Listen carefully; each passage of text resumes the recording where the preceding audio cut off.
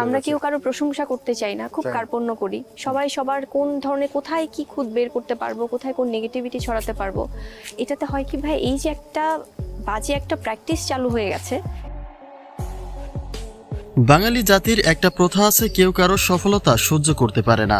বুবলির সফলতায় সেই একই আলোচনা সমালোচনা নিজের নামের পাশে জুড়ে দিয়েছেন অপু বিশ্বাস।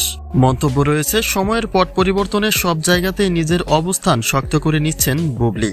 অপরদিকে সেই একই সময়ে অবস্থান হারিয়ে অবনতির দিকে ছুটছে অপু বিশ্বাসের আগামী যাত্রা। একটা সময়ে মনে হয়েছিল বুবলির ক্যারিয়ার হয়তোবা এখানেই শেষ, কেননা ঢালিউড ইন্ডাস্ট্রির সাকিববিহীন নায়িকাদের কোনো মূল্য নেই। আর তাই সাকিবের সাথে তার বিচ্ছেদ হবার পর থেকেই থমকে দাঁড়ায় বুবলির ক্যারিয়ার। কিন্তু কাজের মাধ্যমে সফলতার পাশাপাশি প্রশংসায় কুড়িয়ে সেই আগের অবস্থানটি ফিরে পেয়েছেন তিনি, যে তালিকায় একমাত্র বুবলির নামটি যুক্ত করা হয়েছে। কেননা একটা সময় কাজের মাধ্যমে কুইন খ্যাতি পেয়েছিলেন অপু বিশ্বাস, কিন্তু সাকিবের থেকে ছিন্ন হয়ে সেই অপুই এখন সকল প্রকার কর্মের দিক থেকে বঞ্চিত। গতকাল কয়েকটি ছবি সহকারে একটা পোস্ট শেয়ার করেছেন অপু বিশ্বাস। ক্যাপশনে লিখেছেন, অন্যের সফলতা দেখে নিরাশ না হয়ে নিজেকে তৈরি করো আরো ভালো কিছুর জন্য।